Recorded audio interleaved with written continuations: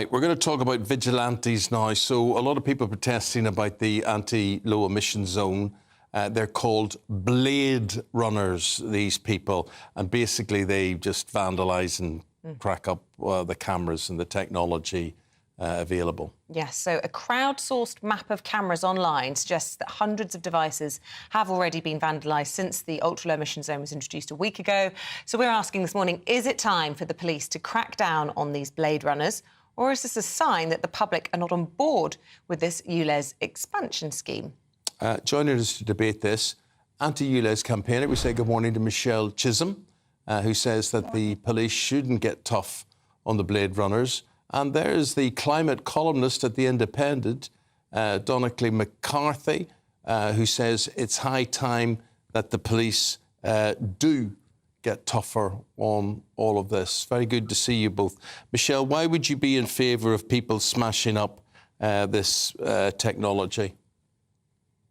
To be honest with you, I'm not in favour of people smashing up technology, but what I am in favour of is what these people are representing, and I understand the reasons why this is happening. I wouldn't necessarily say it's smashing up technology. We have senior citizens putting bags over cameras, we have people spraying cameras. Some cameras have been broken, some cameras have been taken down. Now, I'll be honest with you, I don't actually know who the blade runners are. I've seen lots of posts on Facebook which basically all give praise to the blade runners. In fact, if you look on Twitter and ask a question, do you condone the blade runners? Everybody, bar the few exceptions like Donnacha, say yes, they do support them. It's not about trying to be a vandal. It's about making a point when all else has failed. People are asking, how do we defend ourselves? What can we do? We're under attack and nobody is listening. They've tried every method. They've written to MPs. They've had over 20 protests, none of which have been reported in mainstream media, to the point that they went to the BBC to protest outside, thinking that that way they would receive some coverage. Absolutely nothing. Nobody's listening to the people. The petitions say no. The people say no. The Mayor of London... Donnacha's saying no as well. He's shaking his head. So give us your response, Donnacha. Well, the idea that the ULEZ protests have received no coverage in the media is just it shows how much untruthfulness is in this position. The idea that she's supporting the vandalism of cameras that are protecting children's lives. The whole point of ULEZ is to reduce the pollution in London. Something like 600,000 people suffer from asthma in London. 240,000 children suffer from asthma. And the NHS says there's a clear link between acute asthmatic attacks and air pollution. London has around 12 asthmatic kids dying every year, and Britain has the highest mortality rate for child asthma. So the mayor, as an asthmatic himself, is taking action. He is backed twice in elections for the London mayor. He twice stood on a platform saying he would clean our air. He's delivering that. And every single major opinion poll carried out of Londoners shows we support it because we want cleaner air. So the police must act, because these are not just ordinary vandals.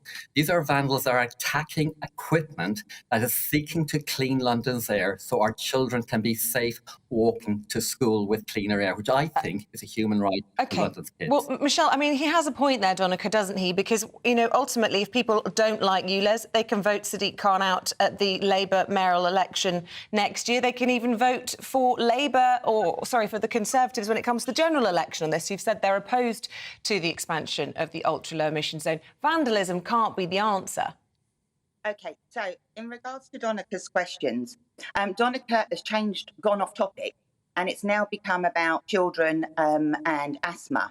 We're not talking about that today, Donnacha. But what I'm going to say to you is, not so long ago, you wrote an article to say that you wanted all domestic pets to be banned, right? Now, no, I didn't. Cats are a big yes, you did. Cats are a big trigger for asthma. Are you telling me that maybe in the future the mayor will introduce a pet pollution tax? Let's kill all our animals because they're causing pollution. Let's get rid of all log burners. They're causing pollution. Where does it stop, Donnacha? In 2021, The Guardian wrote an article saying that log burners were the cause of the bulk of our pollution. But yet in 2023, The Guardian, the same newspaper, is now reporting that vehicles are the problem. Now, the problem is that all the Jacobs reports and the Mayor's own assessment reports say negligible impact. Getting rid of old cars will cause negligible impact. Have you read that report? It's very It's a clearly straightforward that the question. Have you read that report? what I have many, Negligible. many, Do you know many what that means? what it will do is will reduce NOx pollution by 10% and reduce No, particulates 0.01. particulates by 16%. And that actually means particulates are the worst form of pollution because they're linked to cancers, dementia, asthma, and heart diseases. And every major medical institution in London and the UK says we must bring down road transport pollution, and that is what the Mayor is doing. You are correct. We should also tackle other sources of pollution, whether it's wood burning, agriculture offshoots, etc. They all need to be tackled because it is one of the greatest impacts on health in the UK is air pollution. And actually, but on the point of the poor, 80% of Londoners do not own a car, and they pay the price from the pollution. And the biggest attack on poor people in outer London in terms of transport costs is that the Tory government has insisted that the Mayor imposes the highest public transport fares in the world, and poor people in London should not have to pay that. And secondly, the Tory government has taken away the free travel for pensioners for AM travel, and those are the biggest attacks on poor people in London. High pollution. Again, we're off topic. The question is, what do people do to defend themselves? You and I met last week in Cudham, right? We shook hands. I wanted to talk to you. You ran away, right? Now, you were in Cudham. There is no public transport in Cudham. These people cannot move without transport. They are sick and tired, demonstrating, protesting, writing to MPs. The government wants it stopped for now, but will not step in. The Mayor of London is not listening to the people, Donna Hack.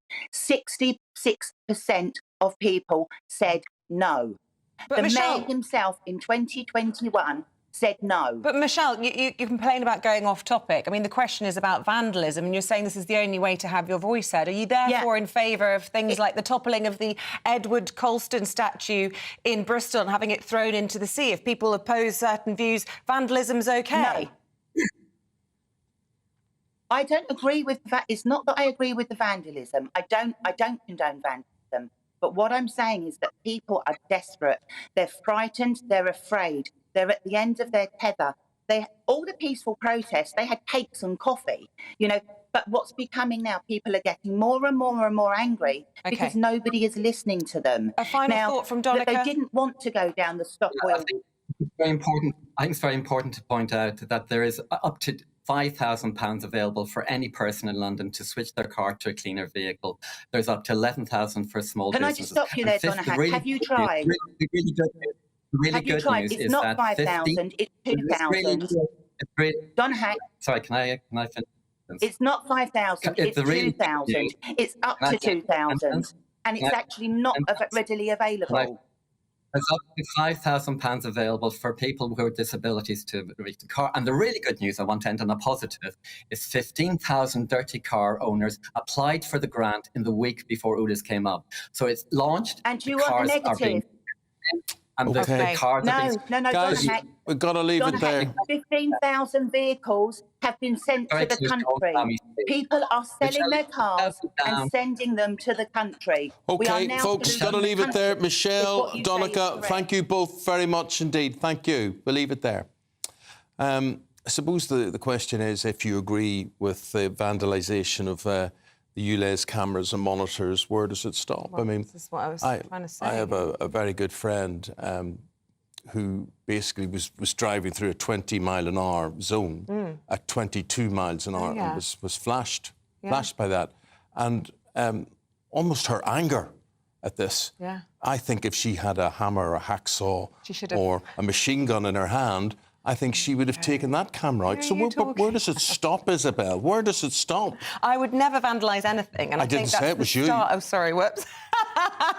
Yeah, now my husband knows. Oopsie, I got flashed by a speeding camera this morning. 22 miles an hour. But when you told me, you said, I got flashed today, I thought some dirty, horrible old man had You were relieved. shown you I his was bits. gutted. I'm so law-abiding. I drive so slowly the whole way in. 22 miles an hour. It's obviously not slow Four enough. lanes of traffic, not a soul on the road. Maybe some kindly understanding official will look and they'll say, well, that's only 22 and a 20. It's 10%, And it was at 4 o'clock in the morning. You know, so maybe they'll say... Unlikely. Yeah. Anyway. There you go. Oh, it's depressed me. Thank you for that.